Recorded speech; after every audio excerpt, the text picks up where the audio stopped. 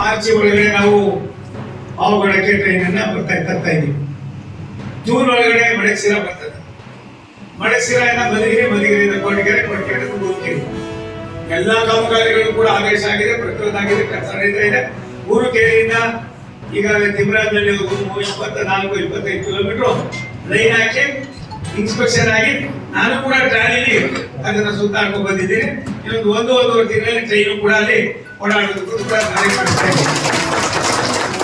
ಅದೇ ರೀತಿ ತುಮಕೂರು, ದಾವಣಗೆರೆ ಇದೆಲ್ಲ ಕಳಿಸ್ಕೊಂಡಿದ್ದು 192 ಕಿಲೋಮೀಟರ್ ಎಲ್ಲ ಟ್ರೈನಿಗೆ ಅಕ್ವಿಜೇಷನ್ ಮುಗಿದಿದೆ, ಟೆಂಡರ್ ಆಗಿದೆ.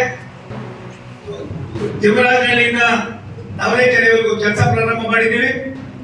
ಚಿತ್ರದುರ್ಗದಿಂದ ದಾವಣಗೆರೆವರೆಗೂ ಕೆಲಸ ಶುರು ಮಾಡಿದ್ದೀವಿ. ತಿಮ್ಮರಾಜನಹಳ್ಳಿಯಿಂದ ಹಿರಿಯೂರಿಂದ ಚಿತ್ರದುರ್ಗ ಈ 2 ಬಿಟ್ಗಳು ಕೂಡ ಈಗಾಗಲೇ ಟೆಂಡರ್ಗಳಾಗಿದೆ. ರೈಲ್ವೆ ಕೆಲಸ ಸ್ವಲ್ಪ ಸೂಕ್ಷ್ಮವಾದ ಕೆಲಸ.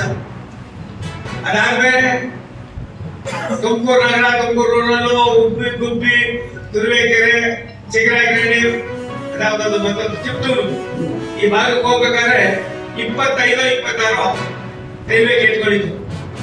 25-26 ರೈಲ್ವೆ ಗೇಟ್ಗಳನ್ನ ಸುಮಾರು 1,000 ಕೋಟಿ ರೂಪಾಯಿ ಖರ್ಚು ಮಾಡಿ ವಿಜಯ್ ಕುಮಾರ್ ಅವರೇ ನನಗನ್ಸುತ್ತೆ ಇನ್ನು 1 ವರ್ಷದಲ್ಲಿ ಡಿಸೆಂಬರ್ 26 ಒಳಗಡೆ ಆ ಎಲ್ಲಾ ರೈಲ್ವೆ ಗೇಟ್ಗಳನ್ನ ಮುಗಿಸಿ ನಿಮ್ ಸೋಮಣ್ಣ ನಿಮ್ ಓಟಿನ ಹಕ್ಕು ಏನು ಅನ್ನೋದನ್ನ ತೋರಿಸ್ತೀನಿ.